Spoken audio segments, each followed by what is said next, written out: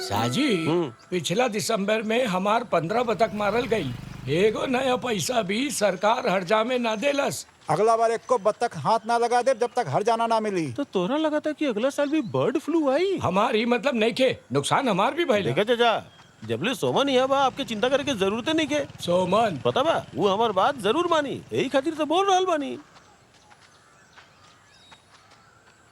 साजी तारा के बतले रहनी ना कि अभी तक ले हर्जाना नहीं के मिलल, तो काहे सिर दर्द पाल रहल बाड़ा। का कहला सिर दर्द? आप जैसे ऑफिसर के बात सुन के ही हमने सर अपन सारा बतख के पिंजरा में ही जला देनी। तू अपन मुंह बंद रखा। तो हम कल हैरानी तारा के साजे करके बतख जलावे के कल हैरानी कुछ बोलल जाता रह तू।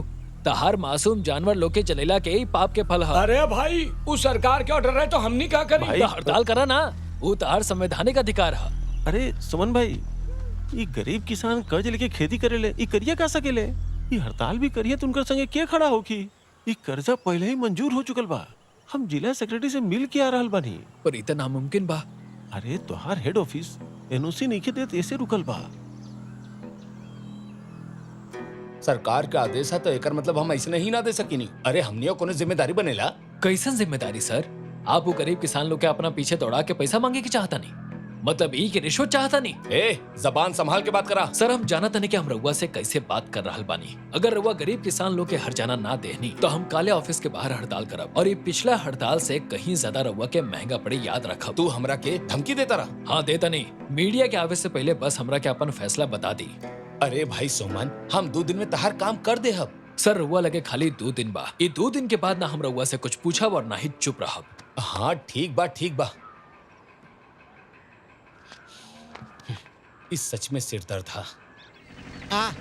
देखो गाड़ी आ गई। अरे ठीक से साफ करा ना, एके साफ करा। एगो काम कितना बार बताओ पड़ी तो के। हाँ हम साफ करत हनी। ठीक से सामान है जाओ तारीका।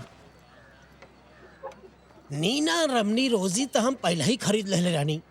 कौन स्टॉक ना कहीं हम स्टॉक भी करबा तब वो ये चीज खराब होके वाली ना है। ई महीना में केहू खरीदलस ना काहे? बड़ा कल्ला वाला आदमी हर महीना ऐसे आवेला, पर ही महीना ना आयल। तो हर मतलब सोमन। हाँ सही कहला। हाँ, एक बॉक्स रख दो अंदर। खाली एक बॉक्स? अरे सोमन तनी एहने आवा। बधाई हो खे। कौन बात के? का एकर जिम्मेदार तू नहीं खे सोमन? कौन बात का तेरे जिम्मेदार?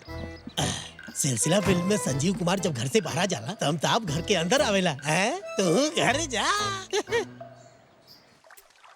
ये आमला ताजा है, 2 किलो ले ला।